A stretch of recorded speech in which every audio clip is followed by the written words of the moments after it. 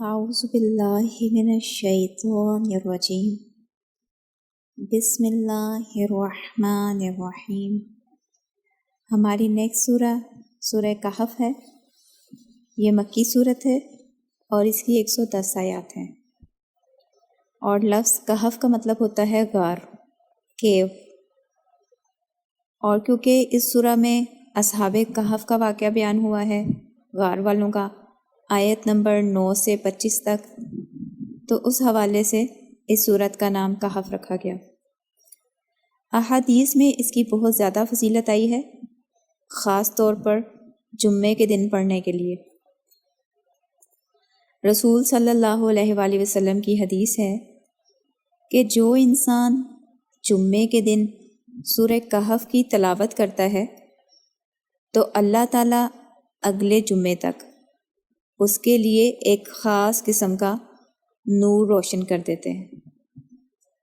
مطلب اسے ہر چیز واضح نظر آنے لگتی ہے کہ کیا چیز صحیح ہے اور کیا غلط، کیونکہ ویسے اندھیرے میں تو انسان کو سمجھ نہیں آتی کہ کہاں پہ راستہ ہے اور کہاں پہ کوئی چیز پڑی ہے۔ جیسے مثال کے طور پر آپ کسی کمرے میں بیٹھے ہیں اور اچانک لوڈ شیڈنگ ہو جائے تو ہر طرف اندھیرا ہو جائے گا۔ اگر آپ کو ایمرجنسی لائٹ پکڑنے کے لیے اٹھنا پڑے تو آپ کو نہیں پتہ چلے گا کہ میز کس جگہ ہے، کرسی کہاں پڑی ہے اور دروازہ کدھر ہے۔ ہو سکتا ہے چلتے ہوئے آپ کا گھٹنا میز سے ٹکرا جائے یا کرسی راستے میں آ جائے، لیکن جب روشنی ہوتی ہے، لائٹ آتی ہے، تو آپ کو معلوم ہوتا ہے کہ اچھا میز یہاں پہ پڑا ہے اور جانے کا راستہ اس طرف ہے۔ بالکل اسی طرح اللہ تعالیٰ اس بندے کے لیے روشنی فرما دیتے ہیں، یعنی حق اور باطل میں فرق کرنے کی صلاحیت۔ تو آپ لوگ بھی کوشش کیا کریں کہ جمعے کے دن اس کی ضرور تلاوت کریں، بلکہ ترجمے کے ساتھ سمجھ کے پڑھیں۔ اور اس کی فضیلت کے حوالے سے کچھ اور روایات میں آتا ہے کہ جو شخص اس کی پہلی 10 آیات اور بعض میں ذکر ہے آخری 10 آیات یاد کرتا ہے یا کثرت سے تلاوت کرتا ہے تو وہ فتنہ دجال سے محفوظ رہے گا، کیونکہ یہ امت مسلمہ کا سب سے بڑا فتنہ ہے، تو اٹ مینس کہ چھوٹے بڑے باقی سارے فتنے آلریڈی اس میں کور ہو جائیں گے۔ آئیں اب آیات کے حوالے سے سورہ کی سمری دیکھ لیتے ہیں۔ آیت نمبر 1 سے 8 تک قرآن کے نزول کی نعمت پر اللہ کا شکر ادا کیا گیا، شرک کرنے والوں کی مذمت اور دنیا کی حقیقت واضح کی گئی۔ آیت نمبر 9 سے 26 تک اصحاب کہف کا واقعہ ہے اور انشاءاللہ کہنے کی اہمیت واضح کی گئی ہے۔ آیت نمبر 27 سے 31 تک وحی کی تلاوت یعنی پیروی کا حکم ہے، اور مومنوں اور کافروں کے انجام میں فرق واضح کیا گیا۔ آیت نمبر 32 سے 44 تک 2 باغ والوں کا قصہ ہے، اور ساتھ ہی ماشاء اللہ کی اہمیت واضح کی گئی، یعنی جب آپ کے پاس کوئی نعمت ہو، اللہ کی طرف سے کوئی فیورز ہوں تو ماشاء اللہ ضرور کہیں، اس سے وہ نعمتیں محفوظ ہو جاتی ہیں۔ آگے آیت نمبر 45 سے 46 تک دنیاوی نعمتوں کے مقابلے میں نیکیوں کا مقام واضح کیا گیا۔ آیت نمبر 47 سے 49 تک قیامت کی منظر کشی ہے اور اعمال ناموں کی پیشی کا ذکر ہے۔ آیت نمبر 50 سے 53 تک آدم علیہ السلام اور ابلیس کا دوبارہ تذکرہ ہے، اور قیامت والے دن مشرکوں کے احوال بیان ہوئے ہیں۔ آیت نمبر 54 سے 59 تک قرآن اور رسول کا انکار کرنے والوں کے لیے عذاب کی وعید ہے۔ آیت نمبر 60 سے 82 تک حضرت موسیٰ علیہ السلام اور حضرت خضر کا واقعہ ہے۔ آیت نمبر 83 سے 99 تک ذوالقرنین اور یاجوج اور ماجوج کا ذکر ہے، اور پھر آیت نمبر 100 سے 106 تک کافروں اور مشرکوں کا حتمی انجام جہنم بتایا گیا۔ آیت نمبر 107 سے 110 تک مومنوں کے انعام جنت کی تفصیل ہے، اور یہ حقیقت واضح کی گئی کہ اللہ کی صفات کو شمار کرنا ممکن نہیں، اور پھر آخر میں بتایا گیا کہ جو کوئی اللہ سے ملاقات کا امیدوار ہے تو اسے چاہیے کہ نیک اعمال کرے اور شرک سے بچے۔ آئیں اب سورت کے اہم ٹاپکس کا تفصیلی جائزہ لے لیتے ہیں۔ بیسیکلی یہ سورہ مشرکین مکہ کے 3 سوالات کے جواب میں نازل ہوئی تھی، جو انہوں نے یہودی علماء سے مشورہ کر کے نبی صلی اللہ علیہ وآلہ وسلم کے امتحان کے لیے پوچھے تھے۔ اس میں سے ایک سوال تھا کہ غار والوں کا کیا ماجرا تھا، دوسرا ذوالقرنین کون تھے، اور تیسرا روح کی حقیقت پوچھی گئی۔ تو ان تینوں سوالات کا جواب اس سورہ میں بیان کر دیا گیا۔ اس سورہ کے نزول کے حوالے سے ایک اور انٹرسٹنگ سچویشن بھی آتی ہے کہ جب کافروں نے آ کے رسول صلی اللہ علیہ وآلہ وسلم سے سوالات کیے تو آپ صلی اللہ علیہ وآلہ وسلم نے کہا کہ میں تم لوگوں کو ان کے جواب کل بتا دوں گا، کیونکہ آپ کے خیال میں تھا کہ رات کو جب حضرت جبرائیل وحی لے کر آئیں گے تو میں ان سے یہ سوال بھی پوچھ لوں گا۔ لیکن نبی صلی اللہ علیہ وآلہ وسلم انشاءاللہ کہنا بھول گئے، جس کی وجہ سے حضرت جبرائیل نہیں آئے، اگلی رات بھی نہیں آئے، اور اس طرح کرتے کرتے پورے 2 ہفتے گزر گئے۔ اب مکہ والے کافر رسول صلی اللہ علیہ وآلہ وسلم کا مذاق اڑانے لگے کہ لوگ ہمیں تو کہتے تھے کل بتا دیں گے اور کچھ بھی نہیں بتایا۔ کافروں کا اس طرح کا طنز، باتیں اور تانے وغیرہ۔ اور دوسری طرف نبی صلی اللہ علیہ وآلہ وسلم دل ہی دل میں اپنے طور پر بہت پریشان تھے کہ آخر کیا میرے سے غلطی ہو گئی یا کیا مسئلہ ہو گیا کہ حضرت جبرائیل نہیں آ رہے۔ اور پھر تقریباً 15 دنوں کے بعد حضرت جبرائیل تشریف لائے، اور انہوں نے یہ بات واضح کی کہ جب بھی آپ کوئی کام کل کرنے کا ارادہ کریں یا سوچیں تو اس میں انشاءاللہ ضرور کہیں۔ اور پھر یہ ہدایات تمام مسلمانوں کے لیے اس سورہ میں آیات کی شکل میں شامل کر دی گئیں۔ تو اس سورہ کا آغاز ہوتا ہے قرآن کی نعمت پر اللہ کے شکر کے ساتھ،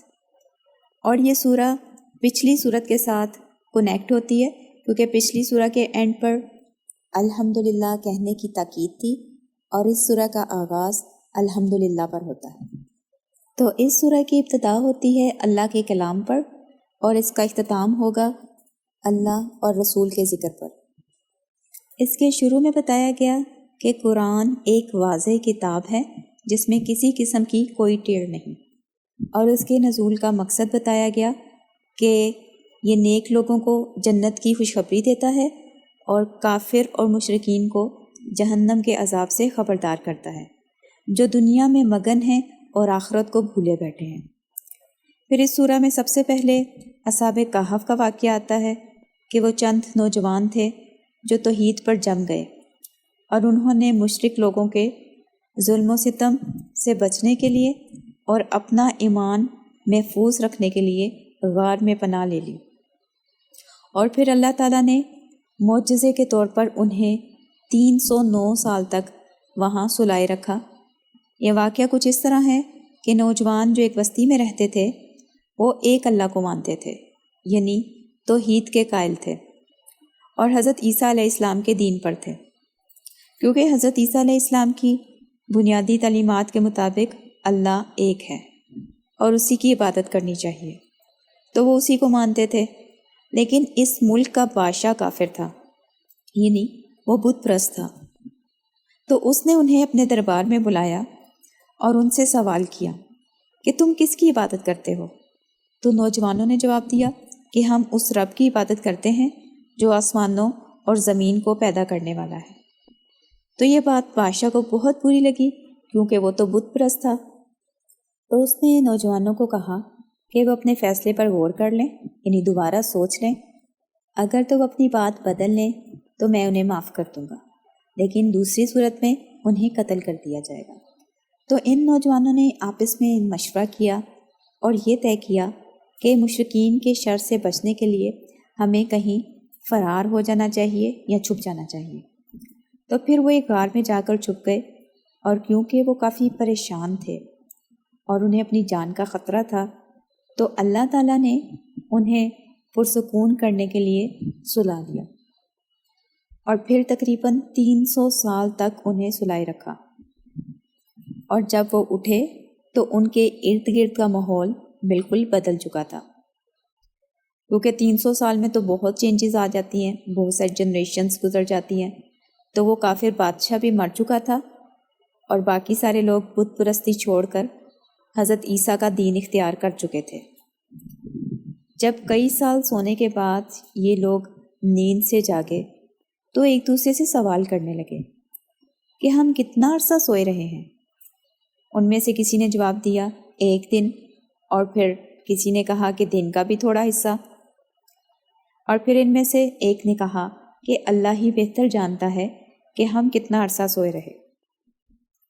چلو اب ایسا کرتے ہیں کہ اپنے میں سے کسی ایک کو شہر بھیجتے ہیں کھانا لانے کے لیے،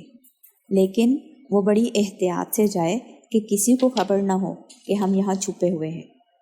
مطلب ان کے ذہن میں یہی تھا کہ باہر کافر بادشاہ ہے جو ہمیں قتل کروانا چاہتا ہے، اور پھر وہاں پر جب یہ آدمی جا کر دکان سے کھانا لیتا ہے اور اپنے سکے اس دکان والے کو دیتا ہے، تو دکاندار بڑا حیران ہوتا ہے کہ اتنے پرانے سکے یہ تمہارے پاس کہاں سے آئے؟ اور پھر جب وہ اس کا پیچھا کرتا ہے تو پتہ چلتا ہے کہ غار میں اور لوگ بھی ہیں، اور پھر بستی والوں کو اندازہ ہوتا ہے کہ یہ ضرور وہ لوگ ہیں جو فلاں کافر بادشاہ کے زمانے میں اپنا ایمان بچاتے ہوئے کہیں غائب ہو گئے تھے۔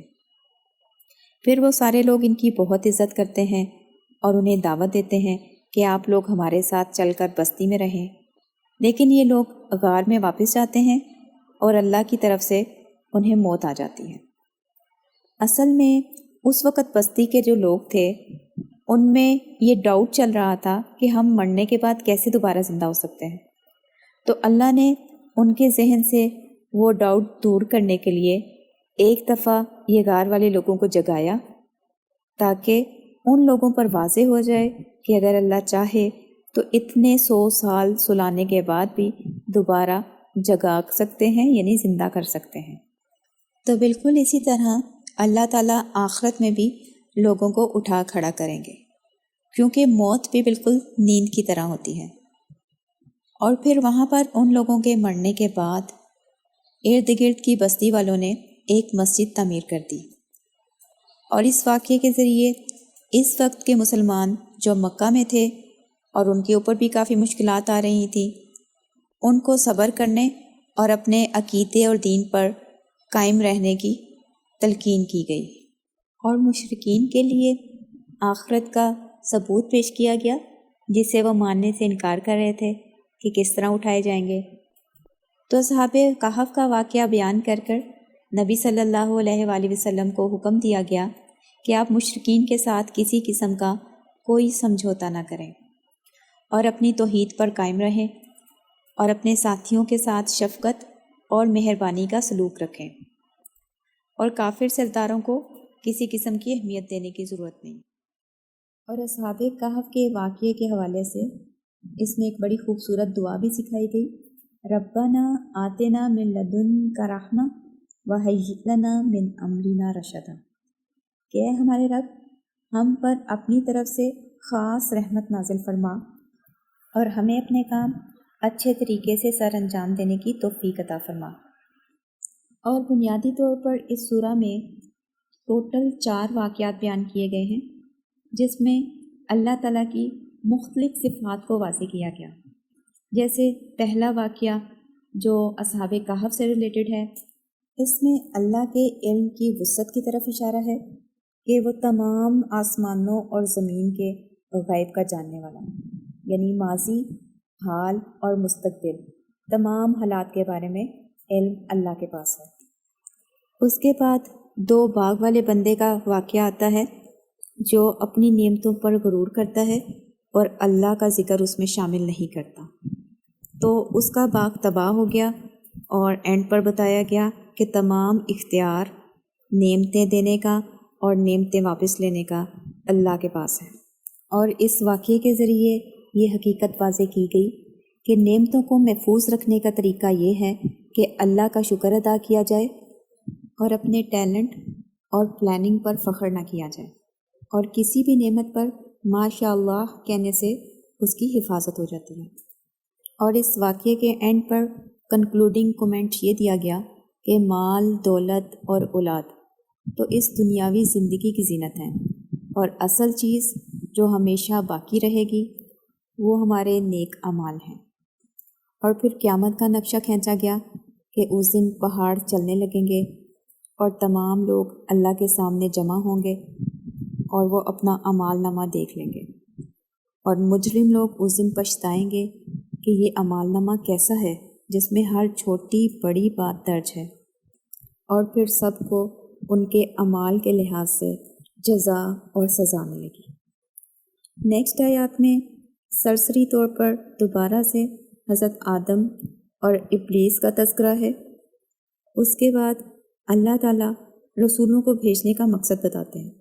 کہ ہم رسولوں کو خوشخبری سنانے والا اور ڈر سنانے والا بنا کر بھیجتے ہیں، لیکن کافر لوگ ان کا انکار کرتے ہیں اور ہدایت کو قبول نہیں کرتے۔